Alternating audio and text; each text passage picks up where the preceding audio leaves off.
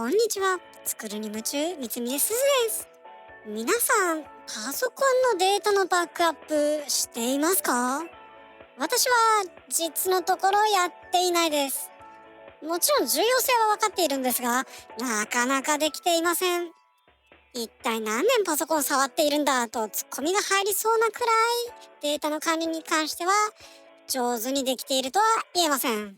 実はかつてバックアップしていない NAS を吹き飛ばしたことすらあります。ファイルシステムのデータ保護機能がうまく働いて最新の変更が失われるだけで済みましたが、非常に慌てました。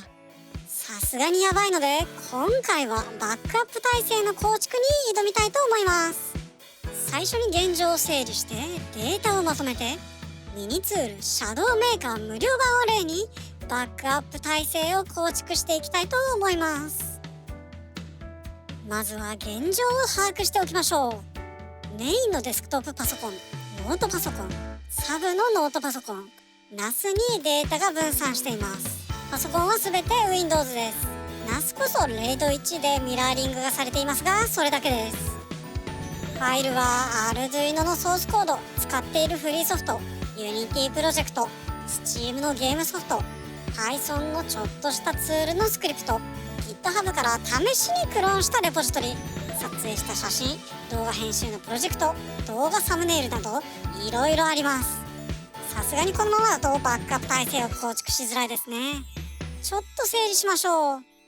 まず NAS を最終的なデータ保存場所とします。撮影した写真や完了したプロジェクトのファイルなどは手動で NAS へ移動します。各パソコンには作業中のデータを置くことにしましょう。NAS に作業データを直接置かないのはネットワーク環境の制約でアクセスが十分に速くないためです。有線はギガビット止まり、無線は 11AC で周辺の電波環境が悪くさほどスピードが出ません。NAS のバックアップは NAS 自体の機能で USB ハードディスクへ取ることにします。各パソコンではダウンロードしたものと自分で作成編集したものに仕分けて、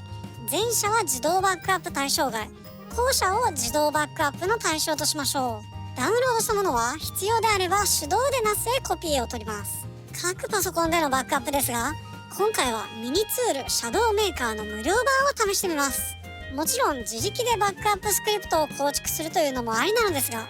構築しきれずに途中で断念してきた経歴があるので、まずは簡単なソリューションで習慣化しましょう。まずはインストール。ウェブページから無料ダウンロードで無料版をダウンロードしインストールします。起動させると左のパネルにバックアップや同期などが並んでいます。バックアップを選んでソースをクリックしてフォルダーとファイル、バックアップ対象のフォルダーを選びます。複数選択が可能です。画面右下のオプションから圧縮レベルやスケジュールを設定できます。無料版では機能に制限があるので注意です。画面右下の今すぐバックアップで開始します。実行したバックアップは管理や復元から参照できます。これをスケジュール設定しておけば自動で NAS へバックアップが作成されるという体制にできますね。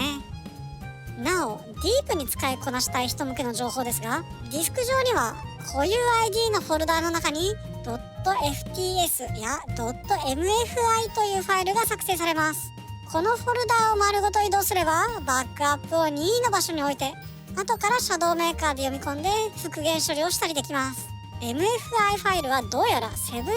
アーカイブとして開けるようです。シャドウメーカーではディスク丸ごと、パーティション丸ごとのバックアップもサポートしているので、データドライブやデータパーティションを丸ごとという用途にも利用できます。他にも優勝版ではリモートのパソコンを管理したり、リカバリー OS 環境での操作にも対応しているようで、個人的にはリモート管理が結構気になります。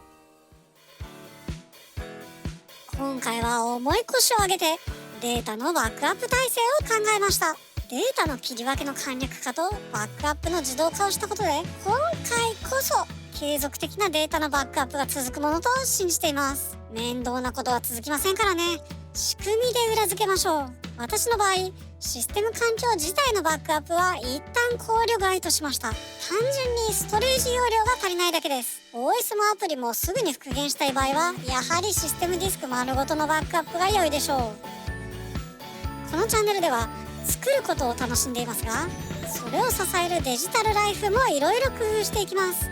ぜひ高評価、チャンネル登録、Twitter のフォローをお願いします。では次の動画でお会いしましょう。またね。